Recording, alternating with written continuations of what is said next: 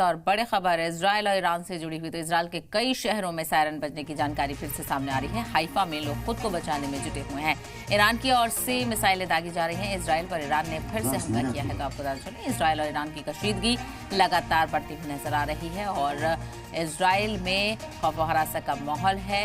हड़कंप मचा हुआ है। इजराइल के कई शहरों में अभी भी सायरन बजे हैं। जानकारी मिल रही है कि ईरान की तरफ से लगातार मिसाइलें गिराई जा रही हैं। तो हाइफा में भी जानकारी मिल रही है कि हमले हुए हैं। हाइफा में भी लोग खुद को बचाने में जुटे हुए हैं। ईरान की ओर से मिसाइलें दागी जा रही हैं। इजराइल पर ईरान ने फिर से हमला किया है।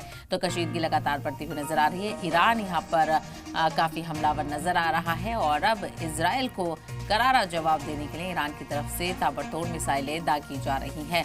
तो लगातार ये कशीदगी बढ़ रही है और बैनुल-अक़वामी सतह पर इसका असर जरूर देखा जा सकता है। तो वहीं दीगर ममालिक की तरफ से भी इस पर रिएक्शन सामने आ रहे हैं और अब मुदाखलत की भी जानकारी सामने आ रही है। ऐसे में देखना बेहद अहम होगा कि ये कशीदगी कितनी आगे तक बढ़ती है। हालांकि ईरान और इजराइल दोनों ही इसको लेकर पुरज़्म है। कहा जा रहा है कि हमले होते रहेंगे।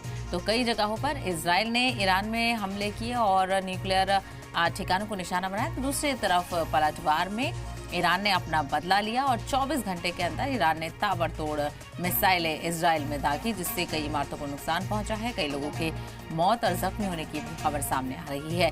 कई लोगों ने बंकर्स में पनाह ली हुई है। तो वहीं आपको बता चलें, हाइफा में भी लोग खुद को बचाने में जुटे हुए हैं।